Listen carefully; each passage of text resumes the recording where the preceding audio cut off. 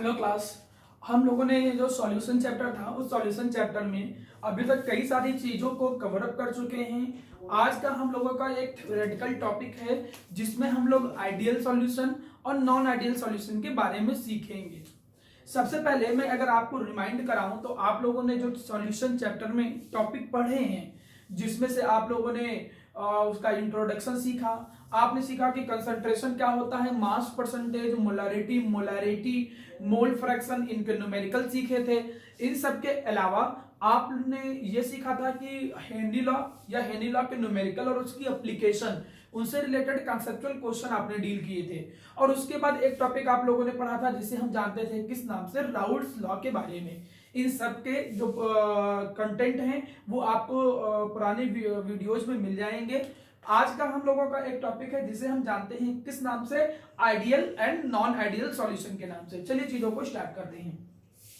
मेरे सामने सबसे पहले जब कोई पूछता है कि बताइए आइडियल सॉल्यूशन क्या होते हैं, तो एक बात तो अपने दिमाग में बैठा लो मेरा बेटा, आइडियल रियलिटी में तो कुछ भी नहीं होता है। जब आइडियल पर्सन कोई नहीं होता है रियलिटी में, तो ना तो आइडियल गैस रियल में एग्जिस्ट करती है, ना तो आइडियल सॉल्यूशन एग्जिस्ट करते हैं। लेकिन एक परसेप्शंस और एक हम लोग ये मान के चलेंगे कि आइडियल बिहेवियर, लगभग आइडियल सिचुएशन को कंसीडर करते हुए सॉल्यूशन जो आइडियल होते हैं उनके बारे में बात किया गया। सबसे पहले आपसे अगर कोई पूछता है कि बताइए आइडियल सॉल्यूशन क्या होते हैं, तो आप ये वर्ड बोलोगे कि आइडियल सॉल्यूशन ऐसे सॉल्यूशन होते हैं, दोज सॉल्यूशन, आप कहोगे कि ऐसे सॉल्यूशन विच फॉलो, ऐसे सॉल्यूशन विच फॉलो, आप उन सॉल्यूशन को क्या बोलोगे मेरा प्यारा बेटा, आइडियल सॉल्यूशन। दो solution which follow Raoult's law strictly, Raoult's law strictly, मतलब आप ये बोलोगे कि वो सॉल्यूशन जो राउल्ट्स लॉ को स्ट्रिक्टली फॉलो करते हो, ऐसे सॉल्यूशन को हम एक नाम देंगे, उन्हें हम जानते हैं किस नाम से, आइडियल सॉल्यूशन के नाम से जानते हैं। राउल्ट्स लॉ आप लोगों ने पढ़ा था। चलिए सबसे पहले हम ये समझने की कोशिश करते हैं कि आइडियल सॉल्यूशन में क्या क्या चीजें आती हैं या कैसे कैसे सॉल्यूशन आइडियल सॉल्यूशन कहलाएंगे। जैसे पहला बात अगर मैं इनको पॉइंट आउट करूं तो पहली बात तो यही निकल के आती है, जैसा आपने डिफिनेशन में देखा कि ये क्या करते हैं, ये दे फॉलो, या ये जो सॉल्यूशन होते हैं ये क्या करते हैं, follow, they follow Raoult's law strictly. ये जो होते हैं राउल्ट्स लॉ उसको क्या करते हैं, स्ट्रिक्टली फॉलो करते हैं। ऐसे सॉल्यूशन जो राउल्ट्स लॉ को स्ट्रिक्टली फॉलो करते हैं, ऐसे सॉल्यूशन को क्या बोलते हैं, आइडियल सॉल्यूशन। आइडियल सॉल्यूशन की कुछ और प्रॉपर्टी होती है, देखिएगा अगर ये राउल्ट्स लॉ को स्ट्रिक्टली फॉलो कर रहे हैं तो इसका मतलब समझ रहे हैं मेरा बच्चा, इसका मतलब ये है कि उनके कंपोनेंट का जो पार्शियल प्रेशर होगा, जो कंपोनेंट का पार्शियल प्रेशर होगा वो किसके इक्वल होगा, वो P नॉट A इंटू काई ए, अगर वो पार्शियल प्रेशर A का है। सिमिलरली अगर मैं B की बात करूं तो उनका पार्शियल प्रेशर जो होगा, पार्शियल प्रेशर ऑफ B, वो किसके इक्वल होगा, P नॉट B इंटू काई B के बराबर। मतलब हमको ये समझ में आया कि अगर कोई सॉल्यूशन आइडियल है तो आइडियल सॉल्यूशन में उनको बोलता हूं। फिर सुनिएगा, अगर कोई सॉल्यूशन आइडियल है तो आइडियल सॉल्यूशन में उनको बोलूंगा जो राउल्ट्स लॉ को क्या करेंगे, स्ट्रिक्टली फॉलो करेंगे। और राउल्ट्स लॉ को स्ट्रिक्टली फॉलो करने का मतलब क्या है कि पीए किसके बराबर होगा, P नॉट ए इंटू काई ए के बराबर, और पीबी किसके बराबर होगा, P नॉट बी इंटू काई बी के बराबर। अच्छा, इसमें तीसरा एक पॉइंट याद रखो, ठीक, तीसरा एक पॉइंट हम डिस्कस कर लेते हैं। तीसरा पॉइंट मेरा प्यारा बेटा क्या है कि जो इंटरेक्शन फोर्स है, जो इंटरेक्शन फोर्स है, इंटरेक्शन फोर्स, अच्छा इंटरेक्शन फोर्स यहां मतलब बीच में लगने वाले फोर्स, यहां पर मैं कुछ जिक्र करूंगा, देखिएगा कौन कौन से। जब तुम सॉल्यूशन बनाते हो तो सॉल्यूशन में एक काम करते हो मेरा बेटा, आप लोग क्या काम करते हो कि माना आप सॉल्वेंट लेते हो, सॉल्वेंट का मतलब जो ज्यादा अमाउंट में होते हैं, आप क्या लेके चलते हो, सॉल्वेंट लेके चलते हो, और उसके अंदर सॉल्यूट को क्या करते हो, मिलाते हो। जब सॉल्यूशन बनता है या सॉल्यूशन बनाने की प्रोसेस फॉलो हो रही होती है, कुछ भी हो, लेकिन अगर आप सॉल्यूशन के बारे में जिक्र करिए तो सॉल्यूशन बनने के दौरान कुछ फोर्सेस लगते हैं। वो कौन कौन से लगते हैं, एक तो फोर्स लगता है जो सॉल्यूट के बीच में लगता है, इसे हम क्या बोलेंगे, बीबी, अट्रैक्शन फोर्स। मैंने पहले बोला था सॉल्यूट को बी से रिप्रेजेंट करते हैं। तो एक इंटरेक्शन फोर्स सॉल्यूट सॉल्यूट के बीच में लगता है कि सॉल्यूट सॉल्यूट एक दूसरे को अट्रैक्ट करते हैं। एक इंटरेक्शन फोर्स होता है जो सॉल्वेंट सॉल्वेंट के बीच में होता है। सॉल्वेंट सॉल्वेंट के मॉलिक्यूल एक दूसरे को क्या करते हैं, इंटरेक्ट करते हैं। क्लियर। और एक अट्रैक्शन फोर्स होता है जो लगता है किसके बीच में, सॉल्यूट और सॉल्वेंट के बीच में। ये हमारे सामने तीन तरीके के इंटरेक्शन फोर्स होते हैं। मतलब सॉल्यूट के पार्टिकल सॉल्यूट के साथ जुड़े हुए हैं, वो उसको अट्रैक्ट करते हैं। सॉल्वेंट के मॉलिक्यूल सॉल्वेंट के साथ जुड़े होते हैं, जैसे वाटर है।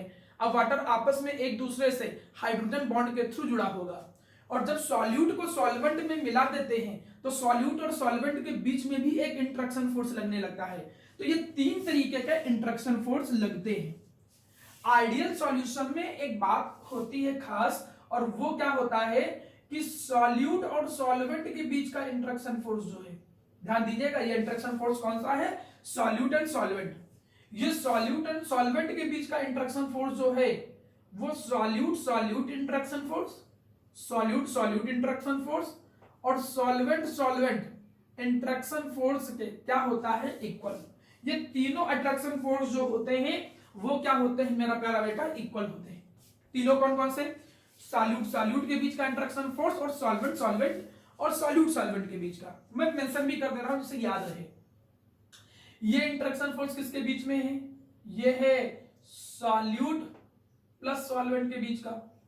ये सॉल्यूट एंड सॉल्वेंट के बीच का इंटरेक्शन फोर्स है। ये इंटरेक्शन फोर्स किसके बीच का है, सॉल्यूट सॉल्यूट के बीच का इंटरेक्शन फोर्स है। और ये इंटरेक्शन फोर्स किसके बीच का है, सॉल्वेंट सॉल्वेंट। देखिए कभी कभी आइडियल सॉल्यूशन मतलब पूछ लेगा तो आपको 4-5 पॉइंट याद होने चाहिए।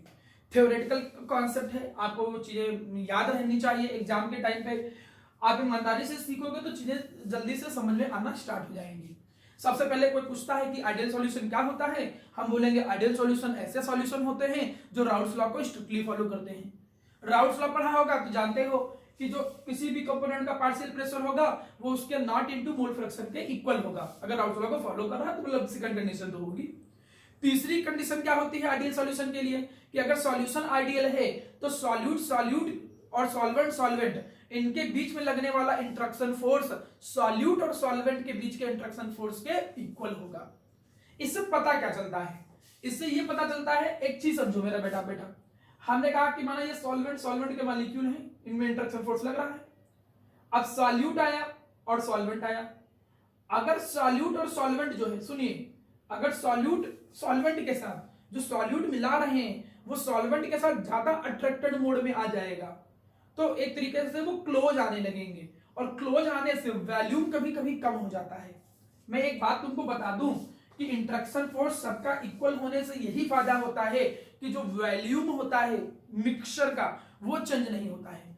मतलब अगर तुम 3 लीटर एक ए मिला रहे हो, 5 लीटर बी मिला रहे हो, तो जो टोटल वॉल्यूम निकल के आएगा वो 8 लीटर आएगा। 5 + 3 8 लीटर, ना तो कम निकलेगा ना तो ज्यादा।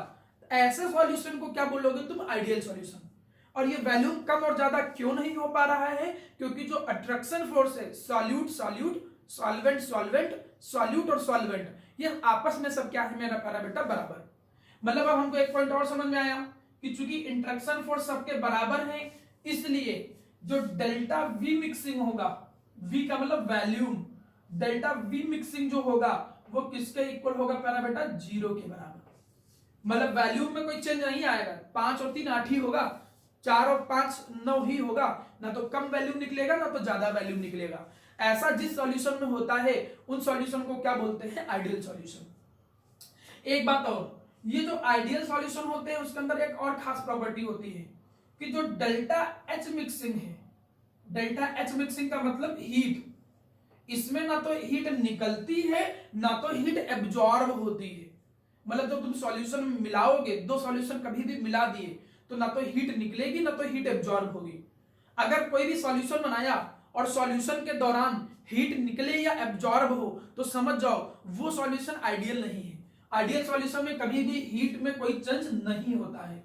ये पॉइंट आप लोगों को कुछ बेसिक पॉइंट पता चले कि डेल्टा वी मिक्सिंग 0 होता है, डेल्टा एच मिक्सिंग 0 होता है, इंटरेक्शन फोर्स आपस में से बराबर होते हैं, वो राउल्स लॉ को स्ट्रिक्टली क्या करता है, फॉलो करता है। इतने पॉइंट लगभग पढ़ और समझ लेने के बाद मेरा प्यारा बेटा हम लोग एक काम करेंगे, ग्राफिकल एक्सप्रेशन थोड़ा समझते हैं। ग्राफिकल एक्सप्रेशन देख मेरा प्यारा बेटा, अगर मैं आइडियल सॉल्यूशन की बात करूं और आइडियल सॉल्यूशन में मैं ग्राफिकली रिप्रेजेंट करूं, ग्राफिकली रिप्रेजेंटेशन में कहूं वेपर प्रेशर और मोल फ्रैक्शन के बीच का, ग्राफिकली रिप्रेजेंटेशन किसके बीच में, वेपर प्रेशर और मोल फ्रैक्शन के बीच का। थोड़ा ध्यान दीजिएगा, एक ग्राफिकल रिप्रेजेंटेशन में बना रहा हूं, ठीक है। ये ग्राफिकल रिप्रेजेंटेशन थोड़ा समझिएगा क्योंकि इसका एक्सप्लेनेशन नहीं मिलता है ज्यादातर अच्छे से और आपकी किताबों में बना हुआ है। एग्जाम के पॉइंट ऑफ व्यू से इंपॉर्टेंट नहीं, लेकिन तब भी आपको पता होना चाहिए। हमने कहा कि इस तरफ तुम क्या प्रेजेंट कर रहे हो, वेपर प्रेशर। आपने वाई एक्सिस की तरफ वेपर प्रेशर को मेंशन किया और इधर आप लोग क्या मेंशन करने की कोशिश कर रहे हो, मोल फ्रैक्शन। एक एग्जांपल के तौर पे मानकर चलता हूं, ठीक। अब मेरा प्यारा बेटा समझाने के लिए ऐसे समझो कि आपके सामने एक कंटेनर है, इस कंटेनर में दो लिक्विड थे, ए था और बी था, इसी से सॉल्यूशन बना था। और मान के चल रहा हूं, क्या मैं मान के चल रहा हूं क्या, कि जो बी है, B is more volatile than A, more volatile than A, B ज्यादा वोलाटाइल होने का मतलब क्या है कि जब हम बी को हीट करते हैं तो जल्दी वेपर बनते हैं इन कंपैरिजन टू ए।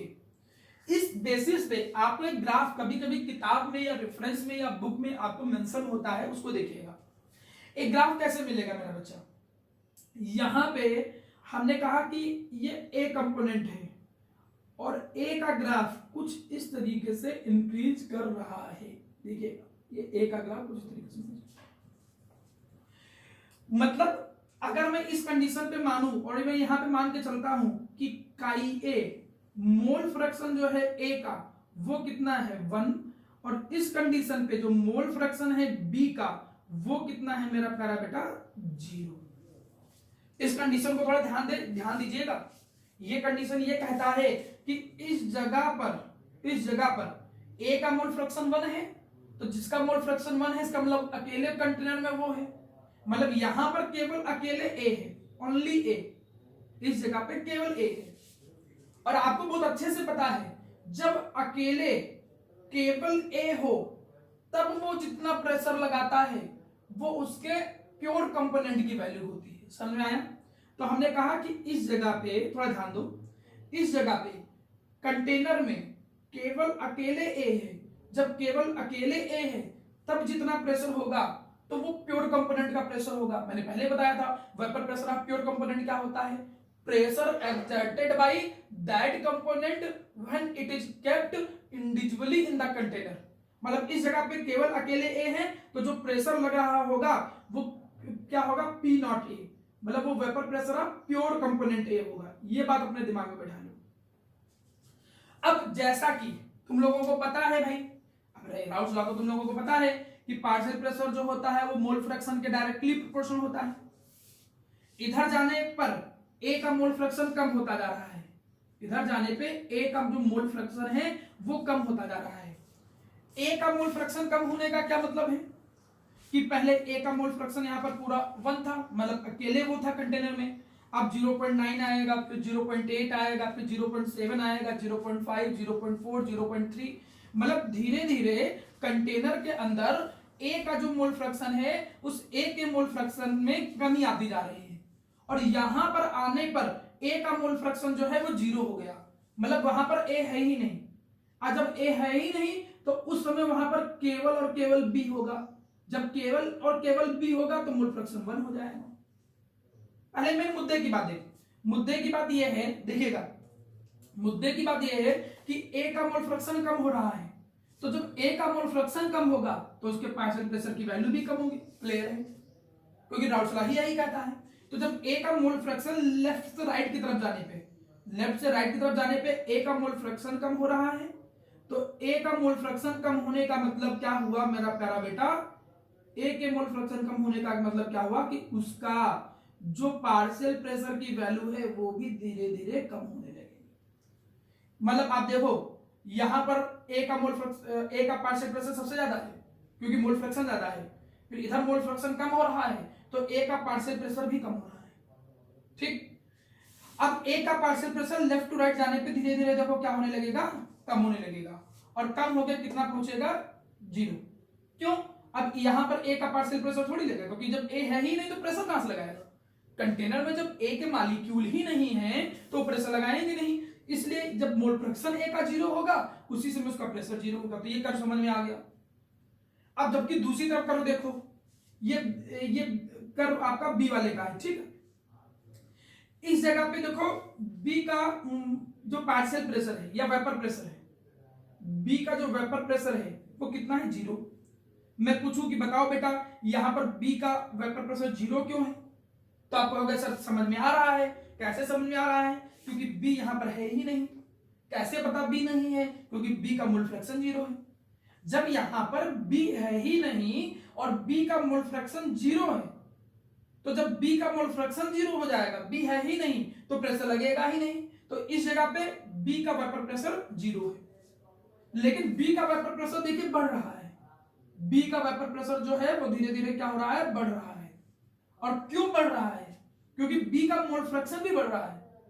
ये 0, 0.1, 0.2, 0.3, 0.4 धीरे धीरे बी का मोल फ्रैक्शन बढ़ता जाएगा। क्योंकि बी का मोल फ्रैक्शन बढ़ता जा रहा है तो बी का जो पार्शियल प्रेशर है वो भी बढ़ेगा, और इस जगह पे पार्शियल प्रेशर सबसे ज्यादा होगा, क्योंकि बी यहां पर केवल अकेले है, क्योंकि मोल फ्रैक्शन 1 है ना।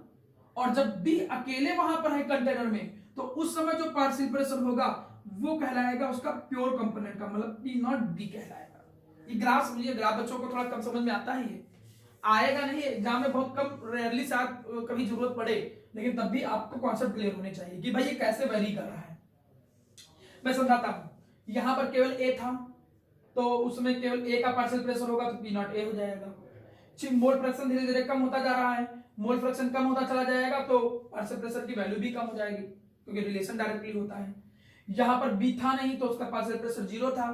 अब जैसे जैसे बी का मोल फ्रैक्शन बढ़ेगा वैसे वैसे इसका पार्शियल प्रेशर भी बढ़ेगा या वेपर प्रेशर भी बढ़ेगा। और यहां पर बी केवल अकेले है तो इसमें वेपर प्रेशर किसके बराबर होगा, पी नॉट बी के बराबर। अब एक बात दिमाग में आ सकती है तुम्हारे कि सर ये देखो नीचे है और ये चीज ऊपर है। ठीक, तो ऑब्वियसली तुम लोगों ने क्या माना था पहले ही कि बी ज्यादा वोलेटाइल है। बी ज्यादा वोलेटाइल होने का क्या मतलब है कि उसका पार्शियल प्रेशर या वेपर प्रेशर ज्यादा होगा। अगर एक पर्टिकुलर कंडीशन की बात करो, पर्टिकुलर टेम्परेचर की बात करो, तो उसका पार्शियल प्रेशर हमेशा ए से क्या होगा, ज्यादा होगा। इसलिए ऊपर वाला कर्व बी का कर्व ऊपर है।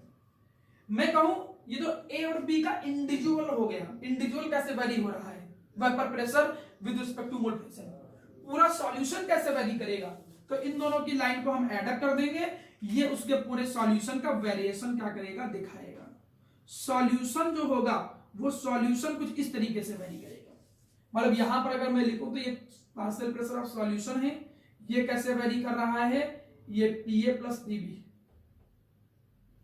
ये सॉल्यूशन का पार्शियल प्रेशर ऐसे वेरी करेगा, ए का पार्शियल प्रेशर ऐसे वेरी करेगा या वेपर प्रेशर, और बी का वेपर प्रेशर ऐसे वेरी करेगा। तो ये ग्राफिकल कर्व हो गया किस कंडीशन में, आइडियल सॉल्यूशन के कंसीडरेशन को लेके बनाया गया। अब आपसे जब आइडियल सॉल्यूशन के बारे में कोई पूछे, डिफाइन करो आइडियल सॉल्यूशन, तो तुम लोग देख रहे हो यहां पर चीजें समझ में आ रहा है। आइडियल सॉल्यूशन की खास बात क्या है कि ये राउल्ट्स लॉ को स्ट्रिक्टली क्या करता है, फॉलो करता है। पहली बात, आइडियल सॉल्यूशन क्या होता है, ये राउल्ट्स लॉ को स्ट्रिक्टली फॉलो करता है। कंपोनेंट का पार्शियल प्रेशर उसके नॉट इनटू मोल फ्रैक्शन के बराबर होता है। इंटरेक्शन फोर्स जो 3 टाइप के थे वो आपस में इक्वल होते हैं। डेल्टा वी मिक्सिंग मतलब वैल्यूम के में ना कोई चेंज होगा, हीट में भी कोई चेंज नहीं होगा, और उसका ग्राफिकल रिप्रेजेंटेशन कुछ इस तरीके से आपको मिलेगा। तो ये 6 पॉइंट एटलीस्ट आपको आइडियल सॉल्यूशन के बारे में पता होने चाहिए। अब इन 6 पॉइंट को जल्दी से आप एक बार याद करिए और देखिए, बोर्ड पे देखिए इन 6 पॉइंट को, तो मैं आगे एक्सप्लेन करता हूं। देखिए बेटा, आइडियल सॉल्यूशन के बाद अब इनके कुछ एग्जांपल यहां पर मैंने आप लोगों को मेंशन करके बताए हैं। ये मैंने कुछ एग्जांपल लिखे हुए हैं, इसमें से ये वाले जो एग्जांपल हैं ये हैं एग्जांपल किसके, आइडियल सॉल्यूशन के। आपको पता है कि आइडियल सॉल्यूशन कौन होते हैं, और जो सॉल्यूशन आइडियल नहीं होंगे उन्हें हम क्या बोलेंगे, नॉन आइडियल सॉल्यूशन। एक्चुअली में नॉन आइडियल सॉल्यूशन में 2 आ जाते हैं। एक वो सॉल्यूशन जो आइडियल से पॉजिटिव डेविएशन शो करते हैं, और एक ऐसे सॉल्यूशन जो आइडियल सॉल्यूशन से क्या करते हैं, निगेटिव डेविएशन शो करते हैं। आपको ये पार्ट पे थोड़ा फोकस करना पड़ेगा, यहां पर आपको उसको याद करना पड़ेगा, क्योंकि जब हम बोर्ड की बात करते हैं तो बोर्ड में जो क्वेश्चन आता है बेटा, वो आजकल ऐसा नहीं आता है कि आप बताओ कोई भी ऐसा एग्जांपल जो पॉजिटिव डेविएशन का हो, क्योंकि अगर एग्जांपल ऐसा क्वेश्चन ऐसा आए तो कोई भी एक याद कर लेंगे, काम चल जाएगा। लेकिन प्रेजेंट टाइम में कभी कभी कुछ क्वेश्चन ऐसे आ जाते हैं, 4 ऑप्शन देगा, कहेगा बताओ पहचानो इनमें से कौन पॉजिटिव डेविएशन शो करेगा या इनमें से कौन निगेटिव डेविएशन शो करेगा। आपको जब कॉन्सेप्चुअल क्वेश्चन करने की बारी आएगी तो यहां पर आपको प्रॉब्लम महसूस होगी। इसलिए जितने मैक्सिमम एग्जांपल आप याद कर पाओ उतनी ही अच्छी बात है। एटलीस्ट अपने जो टेक्स्ट बुक है उसके जितने मैक्सिमम एग्जांपल होंगे वो आपको याद करने पड़ेंगे, उससे आपको बेनिफिट रहेगा। चलिए यहां तक की बातें तो समझ में आई।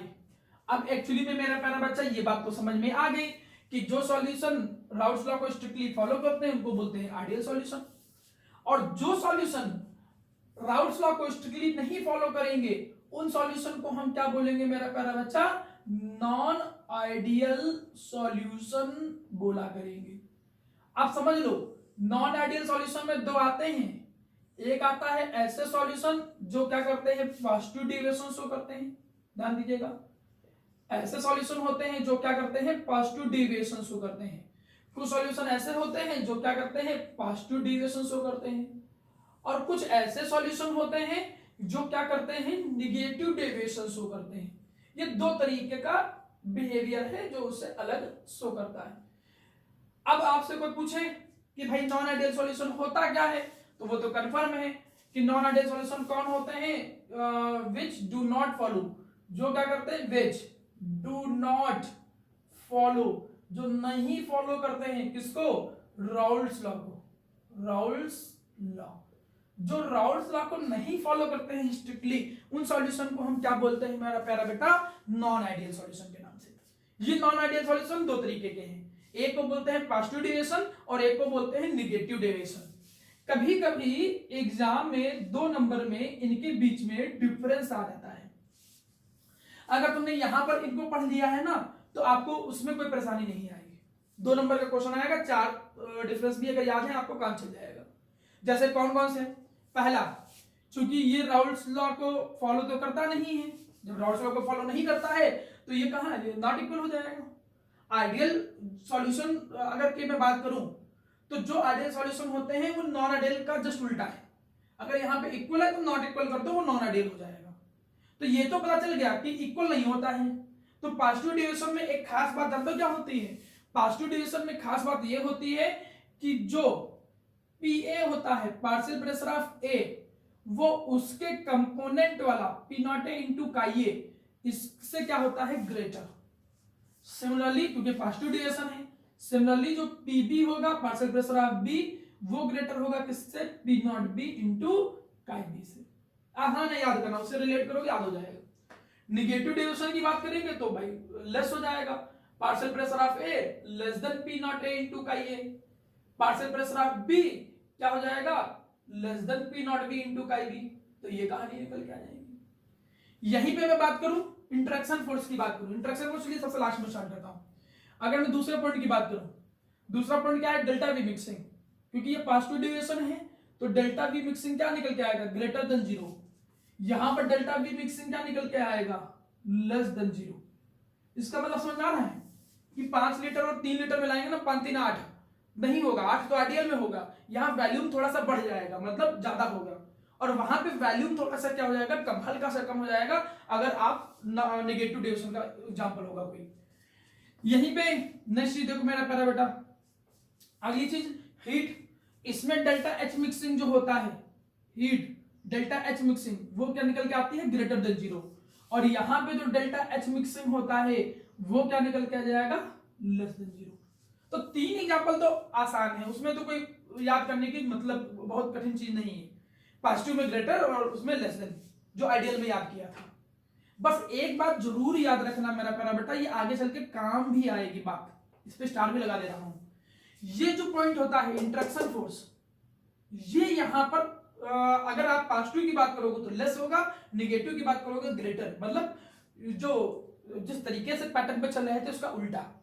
मतलब यहां पर क्या होता है, ये पॉइंट में जो इंट्रैक्शन फोर्स होता है ए और बी का इंट्रैक्शन फोर्स का क्या मतलब, सॉल्यूट और सॉल्वेंट के बीच का इंट्रैक्शन फोर्स, वो लेस देन हो जाएगा ए इंट्रैक्शन फोर्स, ये अलग होता है इसलिए मैंने मेंशन नहीं किया, और किससे, बी इंट्रैक्शन फोर्स से। जबकि यहां पे क्या हो जाएगा, सॉल्यूट और सॉल्वेंट के बीच का इंट्रैक्शन फोर्स है वो ग्रेटर हो जाएगा सॉल्वेंट इंट्रैक्शन फोर्स से और सॉल्यूट इंट्रैक्शन फोर्स से। ये पॉइंट आपको थोड़ा सा याद रखने लायक है। अब इतना पॉइंट जब तुमको याद आ गया तो ग्राफिकल में तो कोई खास समस्या नहीं है, वो तो सिमिलरली बिल्कुल ग्राफ वैसा ही बनेगा जैसा बनाया है हमने। देखिए ये ग्राफ ऐसा बनाया था पॉजिटिव डेविएशन में, उसमें आइडियल सॉल्यूशन में ग्राफ लगभग कुछ ऐसा चला था। पहले बना लेता हूं वही उसी जैसा। ये वेपर प्रेशर था दोनों में, यहां पर क्या था मेरा प्यारा बेटा, वेपर प्रेशर था। यहां पर काई ए मोल फ्रैक्शन 1 था, काई बी 0 था, यहां काई ए 0 हो गया था, काई बी कितना हो गया था 1। इस जगह पे केवल ए था, बी था ही नहीं, और इस जगह पे केवल बी था, ए था ही नहीं। ये इतनी कंडीशन आपने बनाई थी। आपने देखा था कि यहां पर जो वेरिएशन जा रहा था वो कुछ वेरिएशन इस तरीके से जा रहा था, ये ए का पार्शियल प्रेशर वेरी कर रहा था, यहां पर क्या रहा था, बी नॉट बी, और ये बी वाले का था। ये वेरिएशन किसका हो गया मैंने पता, अच्छा बी का कैसे वेरी कर रहा है, ये ए का माना हमने कहा कह दिया कैसे वेरी कर रहा था, पी नॉट ए कह दिया, ठीक। और ये उसके सॉल्यूशन का वेरिएशन था, ये आइडियल के कंडीशन में, अभी तो मैं आइडियल बना रहा हूं, ठीक। यहां पे अगर मैं बात करूं वैसी सिचुएशन की बात करूं जैसा आइडियल सॉल्यूशन में होता है, तो ये देखो पी नॉट बी वो जो बताया सेम वही मैं कॉपी कर रहा हूं खाली, और यहां पे क्या जाएगा पी नॉट ए, और नियम के अकॉर्डिंग ये सॉल्यूशन इस तरीके से वेरी करना चाहिए था। कुछ ऐसी कहानी आनी चाहिए थी, कहानी कुछ ऐसी आनी चाहिए थी। लेकिन चूंकि ये सॉल्यूशन जो है मेरा प्यारा, लेकिन ये सॉल्यूशन जो है वो पॉजिटिव डेविएशन शो कर रहा है, तो इसमें जो ये वेरिएशन होता है ए कंपोनेंट का वो इस तरीके से कुछ वेरी करता है, ठीक। और बी कंपोनेंट का जो वेरिएशन होगा वो कुछ इस तरीके से वेरी करेगा ज्यादा। ओवरऑल सॉल्यूशन कैसे वेरी करेगा, ओवरऑल सॉल्यूशन कुछ ऐसे वेरी करेगा। तो ये ग्राफिकल कर्व थोड़ा ऊपर की तरफ से ऐसे आप बनाइएगा कि इसमें पॉजिटिव डेविएशन में ग्राफिकल कर्व ऐसे वेरी करता है, इसमें ये नेगेटिव डेविएशन शो कर रहा है, तो ए वाला वेरिएशन कैसे होगा कुछ इस तरीके से, बी वाला कैसे वेरिएशन शो करेगा इस तरीके से, और सॉल्यूशन भी इस तरीके से वेरी करेगा उसका वेपर प्रेशर मोल फ्रैक्शन के साथ। तो ये चीज थोड़ा सा दिमाग में आपको पता होना चाहिए, इससे आपको चीजें समझ में आएंगी होंगी। अब आपको साफ साफ दिख रहा है कि पॉजिटिव डेविएशन में तीन चीजें तो ग्रेटर देन 0 होती है, नेगेटिव डेविएशन में लेस देन 0 होती है, इंट्रैक्शन पर वो उल्टा होता है, और ग्राफिकल कर्व ऊपर की तरफ बनते हैं, इसके ग्राफिकल कर्व नीचे की तरफ बनते हैं। तो ये दो बातें निकल के आई, आपको समझ में आया कि आइडियल सॉल्यूशन क्या होते हैं, ऐसे सॉल्यूशन जो राउल्स लॉ को स्ट्रिक्टली फॉलो करते हैं, नॉन आइडियल सॉल्यूशन वो होते हैं जो राउल्स लॉ को स्ट्रिक्टली फॉलो नहीं करते हैं। इसके अलावा मेरा प्यारा बच्चा इनके सब के बारे में कुछ पॉइंट सीखे, एग्जांपल पे जरूर याद रखिएगा। ये हो गए पॉजिटिव डेविएशन के एग्जांपल देखो, और ये किसके हो गए निगेटिव डेविएशन के एग्जांपल, और ये हो गए आइडियल। ये दोनों नॉन आइडियल में आते हैं, ठीक है, पॉजिटिव नेगेटिव दोनों नॉन आइडियल में आते हैं। तो आपका एक बेसिक कंटेंट आइडियल और नॉन आइडियल सॉल्यूशन का कंप्लीट हो रहा है। अब मैं कुछ कॉन्सेप्चुअल क्वेश्चन एक्सप्लेन कर देता हूं जो एग्जाम में कभी कभी आते हैं, वो रेगुलर आप अगर ट्रेंड में देखो तो उन कॉन्सेप्चुअल क्वेश्चन पे चलता हूं। पहले इस चीज को थोड़ा सा नोटिफाई कर लो।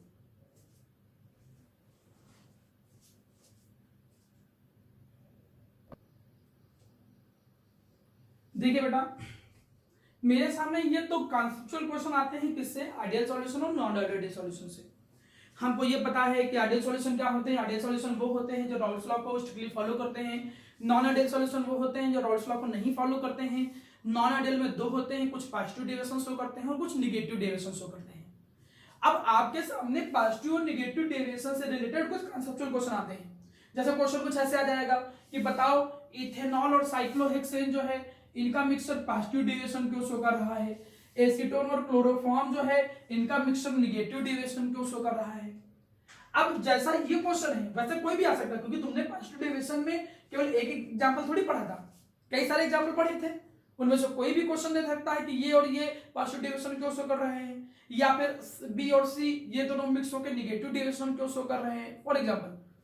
तो आपको ये इसकी लैंग्वेज आनी चाहिए, प्रॉपर एक जो सेंटेंस की लैंग्वेज है उसको मैं थोड़ा समझाने की कोशिश कर रहा हूं। इसकी लैंग्वेज को मगिंग अप करने के लिए, समझने के लिए कुछ बातों का ध्यान दो मेरा प्यारा बेटा। एक बात समझो, अगर मैं कभी तुमसे ये बोलूं कि भाई जैसे ये सॉल्यूशन है, थोड़ा ध्यान देना, हमने कहा हमारा ये कंपोनेंट है, मैं कभी ऐसे बोलूं कि ये कंपोनेंट्स हैं, इन कंपोनेंट के बीच में ये अट्रैक्शन फोर्स लग रहा था, इनके बीच में अट्रैक्शन फोर्स क्या लग रहा था, ये अट्रैक्शन फोर्स लग रहा था। अगर मैं कुछ ऐसा, अब मुझे एक चीज बताओ, अगर इनके बीच में अट्रैक्शन फोर्स लग रहा है तो इनका दूर होना कठिन होगा कि आसान? ऑब्वियसली चीज कठिन होगा, क्योंकि इंट्रैक्शन फोर्स है बीच में इनके। किसी तरीके से अगर ये मैं फोर्स कमजोर कर दूं, मैं तोड़ दूं किसी भी तरीके से, तो होगा क्या? होगा ये कि ये जल्दी दूर हो जाएंगे, जल्दी सरफेस को छोड़ पाएंगे लिक्विड की। मतलब क्या होगा कि स्केपिंग टेंडेंसी ज्यादा होगी। एक वर्ड मैं बहुत पहले पढ़ाया था आप लोगों को, मैंने कहा था सब काम आए। मतलब एक बात याद रखो, अगर कंपोनेंट के बीच में अट्रैक्शन फोर्स कमजोर हुआ तो उनकी स्केपिंग टेंडेंसी, वर्ड ध्यान दो, स्केपिंग टेंडेंसी वो ज्यादा होगी, मतलब जल्दी जल्दी वो लिक्विड सरफेस को छोड़ेंगे। और जितना ज्यादा स्केपिंग टेंडेंसी होगी, वेपर उतने ज्यादा बनेंगे, और जितने ज्यादा वेपर्स बनेंगे उतना ही ज्यादा, मेरा प्यारा बच्चा आपको पता है, अगर वेपर प्रेशर ज्यादा होगा तो पॉजिटिव डिविएशन शो करने लगेंगे, और अगर वेपर प्रेशर कम होगा तो नेगेटिव डिविएशन। उसी से मैं कुछ एग्जांपल के थ्रू चीजों को समझाता हूं, देखिएगा। एक तरीके से पॉजिटिव डिविएशन का मतलब मुझको ये प्रूव करना है कि कंपोनेंट का जो पार्शियल प्रेशर है वो उनके नॉट इनटू मोल फ्रैक्शन से ज्यादा है, या जो कंपोनेंट है उनका वेपर प्रेशर ज्यादा है, ये चीज प्रूव करनी है। कैसे प्रूव करोगे? आप ऐसे बोलोगे, आप बोलोगे कि इथेनॉल जैसे आपने बनाया, थोड़ा ध्यान दो, ये आपने क्या बनाया? इथेनॉल बनाया, ठीक। आपने एक इथेनॉल बनाया मेरा प्यारा बेटा, हमने कहा कुछ इस तरीके से आपने इथेनॉल बनाया। ये आपके सामने क्या आ रहे हैं? इथेनॉल के मॉलिक्यूल्स। हमने कहा ये आपके सामने क्या है? इथेनॉल के मॉलिक्यूल्स हैं। अब इथेनॉल के जो मॉलिक्यूल्स होते हैं इनके बीच में हाइड्रोजन बॉन्ड लग रहा है। इथेनॉल के जो मॉलिक्यूल्स हैं इनके बीच में क्या लग रहा है? हाइड्रोजन बॉन्ड लग रहा है। हमने कहा कि इथेनॉल के जो मॉलिक्यूल है, इन इथेनॉल के मॉलिक्यूल के बीच में आप लोग क्या लगा रहे हो? हाइड्रोजन बॉन्ड लगा रहे हो, C2H5OH। ये हाइड्रोजन बॉन्ड हो गया। ये इथेनॉल के मॉलिक्यूल आपस में एक दूसरे के साथ क्या लगा रहे थे? Hydrogen bond. क्यों पॉजिटिव डिविएशन शो कर रहा है ये बता रहा। और जब तुम बात करो साइक्लोहेक्सेन की, तो ये देखो हमने साइक्लोहेक्सेन बना दिया, तो इस तरीके से बना दे रहा हूं। यहां ये साइक्लोहेक्सेन है, यहां पर ये साइक्लोहेक्सेन है, ठीक। इनके बीच में भी कुछ अट्रैक्शन फोर्स है। ये हाइड्रोजन बॉन्ड नहीं है क्योंकि मॉलिक्यूलर मास ज्यादा है ना, तो इसे आप बोलोगे वंडर वाल फोर्स। इनके बीच में जो अट्रैक्शन फोर्स लग रहे हैं इनको आप बोल सकते हो वंडर वाल्स फोर्स, और इनके बीच में जो बॉन्ड लग रहा था उसे क्या बोलोगे? Hydrogen bond. अब होगा क्या मेरा प्यारा बेटा कि जब दोनों को मिला देंगे आपस में, तो इनके जो मॉलिक्यूल होंगे साइक्लोहेक्सेन के, ये इसके बीच में आ जाएंगे। मतलब जो साइक्लोहेक्सेन के मॉलिक्यूल हैं वो इनके बीच में आ जाएंगे, इथेनॉल के बीच में आ जाएंगे, और जो इथेनॉल के कुछ मॉलिक्यूल हैं वो साइक्लोहेक्सेन के बीच में आ जाएंगे। ये कुछ इस तरीके से कहानी आएगी। अब इसके कारण होगा क्या? जब इसके मॉलिक्यूल इसके बीच में आएंगे तो ये अट्रैक्शन फोर्स कमजोर हो जाएगा। जब इथेनॉल के मॉलिक्यूल साइक्लोहेक्सेन के बीच में आ गए तो ये अट्रैक्शन फोर्स कमजोर हो जाएगा, और जब अट्रैक्शन फोर्स कमजोर हो जाएगा तो इनकी स्केपिंग टेंडेंसी बढ़ जाएगी। स्केपिंग टेंडेंसी बढ़ जाएगी तो वेपर प्रेशर कंपोनेंट का ज्यादा होगा, और कंपोनेंट का वेपर प्रेशर ज्यादा होगा तो ऑब्वियसली बात है वो क्या शो करेंगे? Positive deviation. मतलब सीधे सीधे हम क्या बोलेंगे? आप ऐसे बोलोगे कि व्हेन वी मिक्स, आप ऐसे बोलोगे व्हेन वी मिक्स। आपको बस बॉन्ड कमजोर करना दिखाना है इसके एग्जांपल में या ऐसे क्वेश्चनों में। When we mix ethanol and cyclohexane, then तब होगा क्या? मॉलिक्यूल्स ऑफ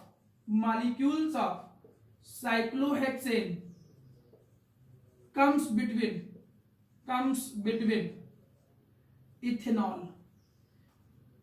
मतलब होगा क्या कि जो एंड वाइस वर्सा,